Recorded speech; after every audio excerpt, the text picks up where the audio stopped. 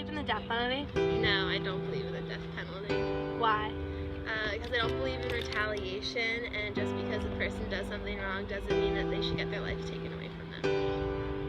I think it depends on the case. I don't know, I guess if it's probably multiple murders, then yeah, but if it's just a single person, probably not. No. Why? Because I think that it's too expensive, and I think the better punishment is for prisoners to stay rotting in jail. I don't really know. What if I told you 1 in 25 people sentenced to the death penalty are actually innocent?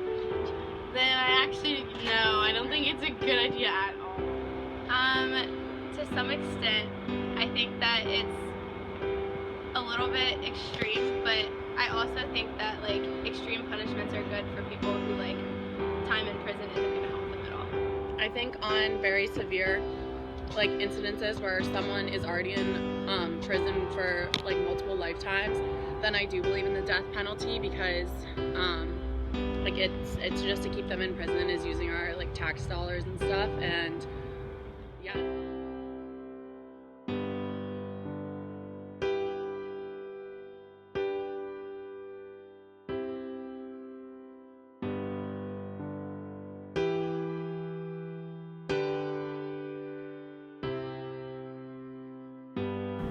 It's not just the cost of prosecuting and putting a person on death row.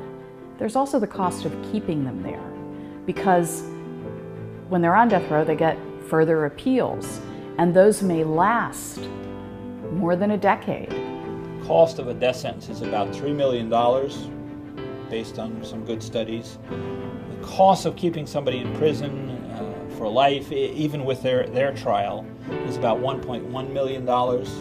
So it's 3 times as expensive to get the death penalty if you count all the costs. In California, we know that the state has spent, since 1978, $4 billion on the death penalty, above the cost of life in prison without possibility of parole. So if those same individuals had received life in prison without possibility of parole, the state would have saved $4 billion.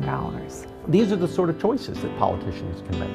They can fix the potholes in the street, they can fix the schools, they can pay teachers more, they can buy laptops for kids, they can hire an additional 200 or 300 police officers, or they can seek the death penalty in one case.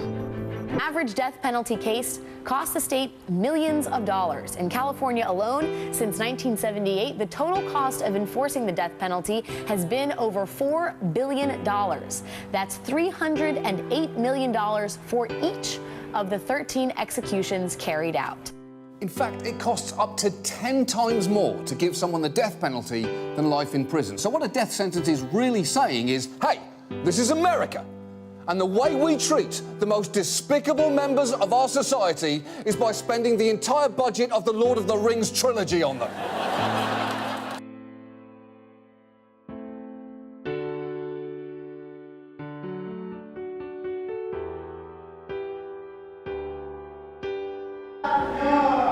And that's what you hear all day.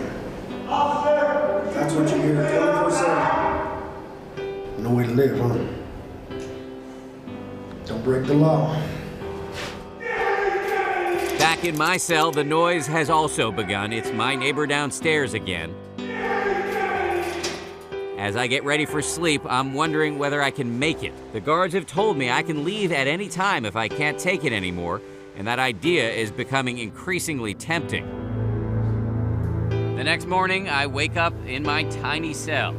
Personally, I can smell freedom at this point, and I am ready to get out of here.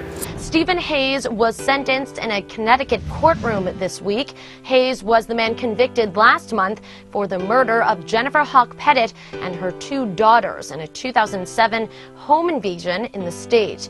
Hayes smiled when he received the death sentence.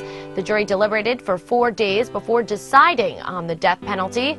His defense lawyer, Thomas Ullman, commented, quote, "The fact of the matter is that a life sentence without the possibility of release is the most brutal punishment. For Hayes, this is an easy way out." I said years ago that I'd rather get death than life, and that still is true today. I believe death is the ultimate freedom, so I'd rather just have my freedom as soon as I can get it.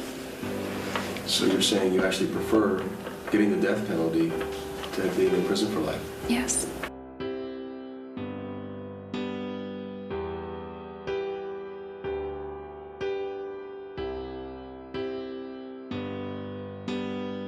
Been 312 DNA exonerations in this country since we've been doing forensic testing. Statistics suggest that false convictions aren't all that rare. Just this week, we are learning from the proceedings of the National Academy of Sciences, a study that shows 4% of death row inmates are innocent.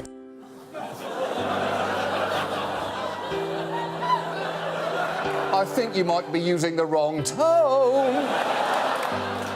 4%!